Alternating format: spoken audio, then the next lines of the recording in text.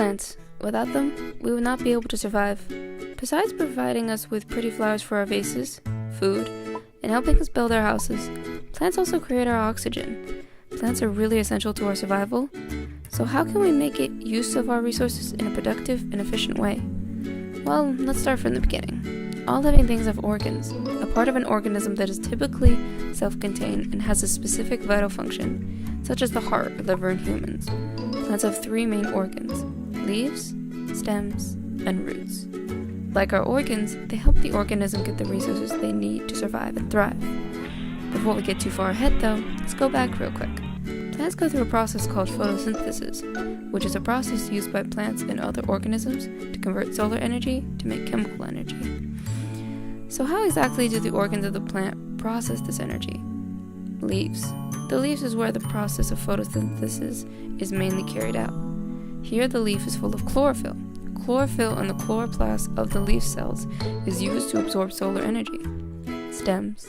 The stems is where the materials are transported between roots and leaves. One of their main jobs is to carry water, sugar, and nutrients. The second is to hold up the leaves so that they can get as much light as possible. Roots? These puppies act as anchors to hold the plant in place, kind of like a boat so that it doesn't adrift. They also absorb nutrients and water so that the plant can grow and live. But also, plants can grow without dirt through hydroponics, which is any means which a plant can grow without soil. But why would you want to grow plants through hydroponics?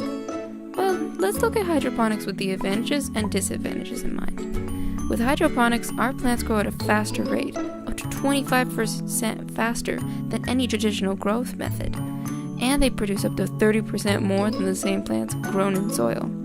But why does this happen? Why does hydroponics speed up the rate of growth and help the plant produce more? Well, our plants don't have to work as hard to get their nutrients. Since the plant will be submerged in water and given direct contact to the nutrients it needs, then it will focus more on the growing and producing rather than growing their root system to gather more nutrients. This redirection of attention is possible with the method of hydroponics. The nutrients the plant needs are provided with a nutrient solution and by controlling the pH levels of the water. Since there is a rewarding process, why don't we do it for all our production plants? Well, there's a risk. A simple pump failure can kill all your plants within hours. Hydroponics is also a tedious task. Setting up your system, especially when you aren't the most experienced, can take some time. Keeping track of the pH levels and nutrient solution is also a daily task. There's also the factor of money. Hydroponics is a rather costly practice. There are systems going for almost $4,000. Well, the most amazing thing, though, is that there are a lot of different types of hydroponic systems available. There's deep water culture, where the roots are suspended in a nutrient solution and an air pump releases oxygen to prevent the plants from drowning. Next is the nutrient film technique. Here the water channel is tilted to allow water to flow down into the reservoir, with only gravity affecting it.